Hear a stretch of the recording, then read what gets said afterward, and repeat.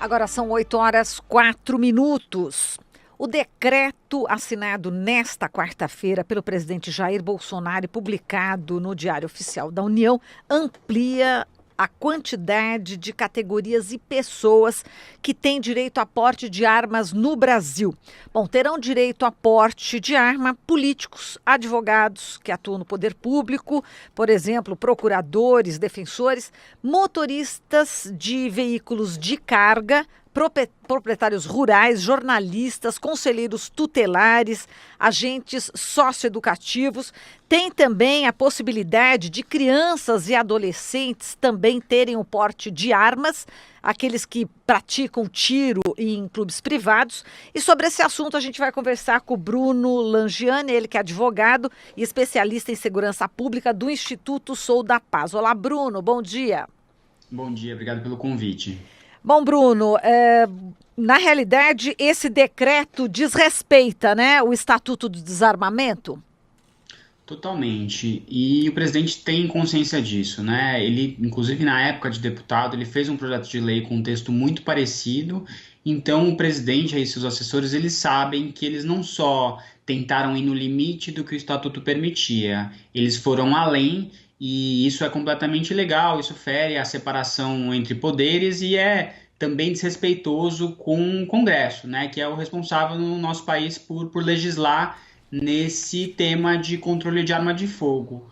Mas, além disso, acho que é bastante trágico que a gente esteja substituindo uma lógica de preservação da vida, de promoção de uma segurança pública para todo mundo, por uma lógica de idolatria da arma, uma lógica de cada um por si, e pior, né, uma lógica bastante injusta, porque nós sabemos que são uma minoria que tem condições financeiras de comprar uma arma no Brasil. O resto das pessoas depende de uma política pública que é o que de fato funciona para a gente trazer mais segurança para todo mundo. Você diz que esse tipo de decreto pode trazer também um efeito trágico, né, Bruno? Andei lendo aqui. Então, por que isso, né? Porque, apesar do presidente falar, olha, a gente está querendo só liberar porque as pessoas se defendam, a compra da arma para a defesa ela já existia com o Estatuto do Desarmamento, mas o que foi feito foi muito mais do que isso, né? O presidente agora liberou até 4 armas para cada pessoa, sem nenhum tipo de justificativa, liberou calibres e tipos de arma que antes só a polícia e as Forças Armadas poderiam ter, e liberou um número absurdo de munições por pessoa. Então, antes, a gente tinha 50 munições por ano por arma, para o cidadão que tinha arma em casa. O presidente transformou isso em 5.000 munições por ano por arma. Então, se a gente fizer uma conta rápida aqui, a pessoa que comprar 4 armas vai ter direito a 20.000 munições. Isso claramente não contribui para a segurança pública, isso vai aumentar o número de mortes. Todos esses conflitos que a gente vê todo dia, de briga de vizinhos, de briga em bar, e principalmente a gente vai ver algumas parcelas da população que já sofrem mais com esse tipo de crime, como população rural, população indígena, as mulheres, porque a gente tem uma violência contra a mulher muito forte. A gente está falando de a compra de armas para casa. E, para além disso, acho que esse é o ponto mais grave. Um dos grandes ganhos do Estatuto do Desarmamento foi deixar o porte de arma, o direito das pessoas andarem armadas, para os agentes de segurança pública. E agora o presidente, de novo, contra a lei, vai permitir com que milhões de pessoas voltem a andar armado no Brasil, uma conquista civilizatória que a gente já tinha superado. Então isso é muito triste, acho que é importante que as pessoas tenham essa clareza de todo o impacto que esse decreto vai trazer no dia a dia, e não só, muitas vezes as pessoas falam, eu não tenho interesse em comprar arma, eu nunca quis ter arma, eu não quero andar armado, mas esse tipo de medida, ele impacta todo mundo, porque você vai estar num restaurante, pode começar uma briga e daí virar um tiroteio, você pode estar dentro de um ônibus e ter um tiroteio porque vai ter mais gente armada. E o outro ponto é, quando a gente aumenta e facilita essa compra bem aberta de arma, munição, parte dessas armas ela migra para o crime. Então a gente, infelizmente, pode esperar um crime mais armado e um recrudescimento da violência do país. Agora, Bruno, em relação a essa questão, né, que as crianças e adolescentes, né, para praticar o tiro desportivo, elas podem usar a arma com autorização ou do pai ou da mãe, enfim, um dos pais.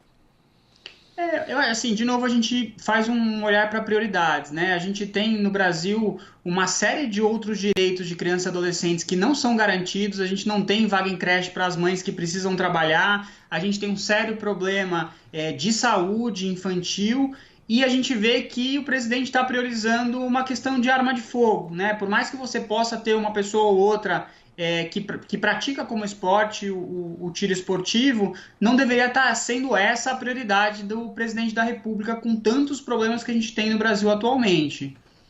Exato. Bruno, bom, Glauco Faria pode participar também conosco aqui da conversa. Bom dia, Bruno. Bom dia.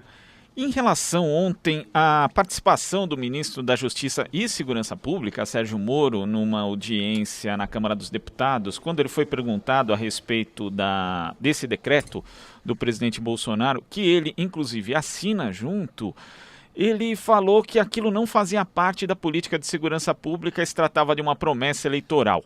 Como você vê essa questão do ministro, que justamente cuida dessa área da segurança pública, dizer que uma política que, na verdade, aumenta a circulação de armas não tem relação com a questão da segurança pública?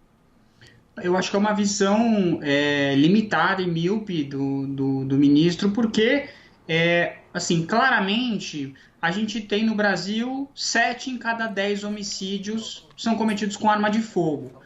E, enfim, todo mundo sabe que parte dessas armas são armas que vieram totalmente do mercado legal. Então, não adianta você dizer, bom, isso a gente está falando de direito individual, que isso não tem a ver com segurança pública, porque o impacto ele é muito claro, né? Para dar um exemplo bastante exemplificativo para o ouvinte, a arma mais apreendida no Brasil há 10, 20 anos é o revólver 38. Por que essa arma é tão presente na mão do crime? Porque essa é a arma que o cidadão compra. Essa é a arma que o cidadão podia comprar até ontem, né? Uma arma de calibre permitido. Então, à medida em que você amplia agora, as pessoas podem ter pistola .40, podem ter pistola 9mm, pistolas que eram da polícia, armas semiautomáticas que eram da polícia. Isso vai ter um impacto muito forte na segurança pública. E tem uma outra injustiça aí colocada, que é importante a gente mencionar, que o peso maior da segurança pública, as responsabilidades maiores da segurança pública, elas ficam a cargo dos governadores, né? E a gente vê uma medida dessa da presidência que não só não ajuda a segurança pública nas cidades, como vai trazer um peso adicional para os governadores e para as polícias no dia a dia. As polícias atendem muito o chamado de perturbação do sossego, som alto, briga de vizinho, e agora eles vão ter que se preparar para enfrentar uns cidadãos mais armados, né? Entendi. Bruno, a gente está com uma dificuldade aqui na questão do som, então você continue aí no Skype, mas o João da Hora já está te ligando no celular, você vai ficar no Skype, mas com o celular, tudo bem? Ele já entendeu, vamos aguardar só um pouquinho, o João da Hora já está ligando para ele, e o Glauco continua aqui também fazendo as perguntas para o Bruno Langiani. Vamos lá, vamos ver se já... Agora sim, vamos lá. Já está na linha. Oi, Bruno. Tudo bem? Tudo bem, agora sim, vamos lá. Glauco. Bruno, ontem também nessa audiência pública com o ministro Sérgio Moro, o deputado federal Marcelo Freixo, do pessoal do Rio de Janeiro, ele levantou a questão de que o decreto acabou beneficiando, ou seja, não apenas beneficiando, entre aspas, né, trazendo ali uma satisfação, não só para o eleitorado do Bolsonaro que pedia isso, mas também para a empresa Taurus, por exemplo, que teve o valor das suas ações bastante elevado. Então, como você vê também essa questão do decreto e de outras medidas aí que são aventadas a respeito de aumentar a circulação de armas no Brasil com essa indústria do armamento? Você tocou em 2 pontos muito importantes. Primeiro, eu queria pegar esse ponto de atender a opinião pública, né? Acho que é importante que a gente diga que a última pesquisa agora de abril do Datafolha, que é nacional, mostrou que 64% da população é contra, inclusive, a arma dentro de casa, né? Essa arma para defesa. Então, dizer que é uma opinião majoritária, que está atendendo ao anseio popular, isso está errado. O segundo ponto é que esse lobby da indústria de arma no Brasil, ele é muito forte, historicamente ele tem influenciado muitos deputados, né? É importante que a gente diga, a gente lembrar que o financiamento de empresas em campanha de políticos foi proibido, né, na eleição passada, mas o hoje ministro da Casa Civil, Onyx Lorenzoni, recebeu R$200 mil em campanhas anteriores da Taurus, né? Então, claramente, a gente tem conflitos de interesse nisso, e a gente vê que quem está muito feliz, quem está radiante com esse decreto é não só a Taurus, que vende armas, mas também a CBC, e hoje eles são empresas associadas. A CBC é a Companhia Brasileira de Cartucho. Imagina o ganho de mercado de você passar de 50 munições por arma por cidadão para 5 mil. Eu estou falando só o do cidadão, mas para algumas categorias, como militares, atiradores esportivos, não vai ter limite, né? Então, assim, é de uma irresponsabilidade. De novo, a gente chama aqui as autoridades a explicarem o que vai ser feito com isso, como vai ser fiscalizado, porque não houve em nenhum momento uma preocupação com fiscalização.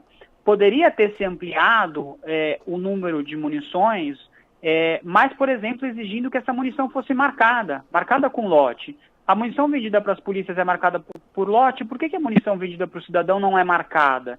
Isso é uma medida que traz algum tipo de controle. Se essa munição comprada por um cidadão, por um atirador, for desviada, a gente não tem hoje nenhuma forma de coibir isso e nenhuma forma de responsabilizar essa pessoa. Então, não é a gente dizer que é todo mundo de má índole, de mau caráter, mas a gente sabe que essas coisas acontecem no Brasil. Que você tenha 1% dessas pessoas com direito à arma, com direito a porte de arma, desviando arma e munição, isso já é uma tragédia para a segurança pública. Então, não dá para fazer essa medida e achar que isso não tem nenhuma consequência. Isso, infelizmente, vai ter uma consequência e a gente vai ver os resultados muito rapidamente. Inclusive, é preocupante também a questão nas escolas, né? Que a gente já teve aí, enfim, o que acontece muito nos Estados Unidos começa a acontecer aqui no Brasil também, né? E agora pode se intensificar. Esse ponto das escolas, acho que ele é muito, muito importante. A gente trouxe um levantamento olhando só os tiroteios em escola, como que aconteceu em Suzano esse ano. E o que a gente descobriu? Que em metade dos casos, as armas levadas pelos atiradores nas escolas foi obtida dentro de casa, né? E se a gente for lembrar, quando houve a liberação do Bolsonaro, eles não tiveram o cuidado de exigir uma comprovação de que a pessoa tivesse um cofre, um lugar adequado para guardar essa arma. Basta uma simples declaração. Então tem dois problemas. A gente vai aumentar o número de armas em casa, então vai ter uma disponibilidade maior dessas crianças eventualmente levarem essas armas para a escola.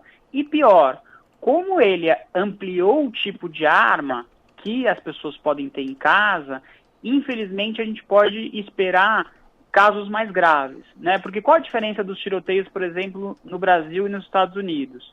Eles são muito menos numerosos, graças a Deus, felizmente, mas como no Brasil, até pouco tempo, não se podia ter alguns tipos de armas semiautomáticas, não podiam ter alguns tipos de armas automáticas, você tem uma arma de menos capacidade, com menos quantidade de tiros. Quando você amplia isso, né, o cidadão ele tinha um revólver com 6 tiros dentro de casa. Agora ele pode ter uma pistola 9mm com 15 tiros, uma pistola semiautomática que recarrega mais rápido e que é mais letal.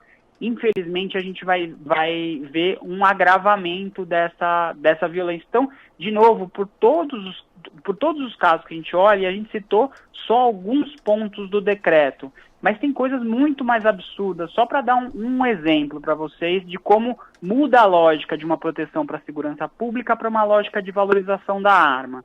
Tem um parágrafo do decreto que diz assim: se a pessoa está sendo investigada por algum tipo de crime ou foi presa por algum tipo de crime e tem porte ou registro de arma, então, por exemplo, um homem que agrediu a esposa e está sendo investigado por violência doméstica, ele tem o registro da arma em casa. O decreto do Bolsonaro, ele faz com que o Estado casse essa licença, mas tenha que indenizar esse proprietário. Então, assim, a gente vai pagar com dinheiro público uma indenização para quem cometeu o crime. Assim, é de um absurdo que é difícil até de comentar. Nossa, terrível. E outros pontos também a gente pode, numa outra oportunidade, também aprofundar, né, Bruno? O que você acha? Tem outros pontos absurdos, né? Não, assim, é um decreto com dezenas de artigos, a gente só pensou alguns os pontos mais problemáticos, a questão do porte de arma, das pessoas andando armadas na rua, da quantidade de arma e munição, mas assim, o decreto é bastante grave e tem assunto para mais conversa, certamente. Então você já está convidado, ver se na próxima semana, né, novamente a gente traz você aqui, tudo bem? Com certeza, estou à disposição. Obrigado pela oportunidade de a gente falar desse assunto tão importante. Nós é que agradecemos, Bruno. Um abraço. Um abraço, bom trabalho, bom dia. Obrigada. Falamos aqui com o Bruno Langiani, ele que é advogado, especialista em segurança pública do Instituto Sou da Paz. Você está ouvindo Jornal Brasil Atual. As notícias que os outros não dão.